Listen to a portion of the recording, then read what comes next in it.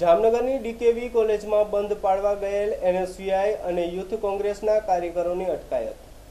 જામનગરની ડીકેવી કોલેજમાં એડમિશનના મામલે ગઈકાલે એનએસયુઆઈ અને યુથ કોંગ્રેસ તથા વિદ્યાર્થીઓ દ્વારા હલ્લાબોલ કરીને કોલેજનું શૈક્ષણિક કાર્ય અટકાવવામાં આવ્યું હતું। જે સંદર્ભે આજરોજ પણ એનએસયુઆઈ અને યુથ કોંગ્રેસ દ્વારા ડીકેવી કોલેજની બેલ વગાડી રજા પાડી દેવામાં આવતા ભારે દેકારો મચી ગયો હતો। પોલીસ તાબડતોબ પહોંચીને 10 થી 12 કાર્યકરોની અટકાયત કરી હતી। શહેરની ડીકેવી કોલેજમાં સાયન્સના 250 થી વધુ વિદ્યાર્થીઓને પ્રવેશથી વંચિત રાખવા સામે રોષ ફેલાયો છે। એનએસયુઆઈ અને યુથ કોંગ્રેસ દ્વારા આ મામલે રજૂઆત કરવામાં આવી છે અને વિદ્યાર્થીઓના એડમિશન આપવા માટે પ્રબળ માંગણી કરી છે અને આજરોજ ફરી એનએસયુઆઈ અને યુથ કોંગ્રેસના કાર્યકરો વિદ્યાર્થીઓ દ્વારા કોલેજનો બેલ વગાડી રજા પાડી દેવામાં આવી હતી। દરમિયાન સીટીબી પીઆઈ પરમાર તથા સ્ટાફ કોલેજે દોડી જઈ વ્યવસ્થા સંભાળવા માટે 10 થી 12 જેટલા કાર્યકરોની અટકાયત કરી હતી।